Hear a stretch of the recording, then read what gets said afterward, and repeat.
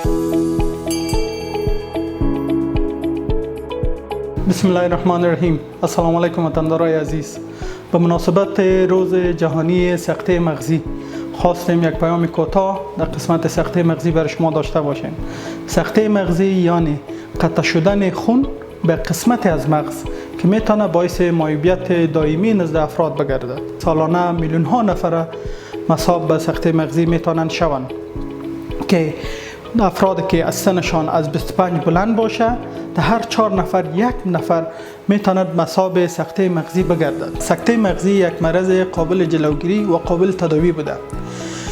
اسباب خیلی زیاد دارد، ولی با مرد نمودن یا با استفاده از رژیم غذایی مناسب، ورزش دوامدار، کنترل نمودن فشار خون، کنترل نمودن شکر خون، چربی خون، شما میتونید وقات سکته مغزی را کاهش بدهید.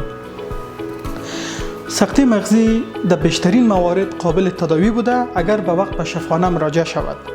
اگر شما یا اعضای فامیل شما به شکل آنی متوجه میشن که یک طرف دست شما، پای شما، روی شما ضعیف می شود یا فلج می شود، دید چشمتان ضعیف می شود یا تعادل شما خراب می شود، شما دفعتاً به شفاخانه مراجعه نموده و از معیوبیت دائمی نجات بیافته.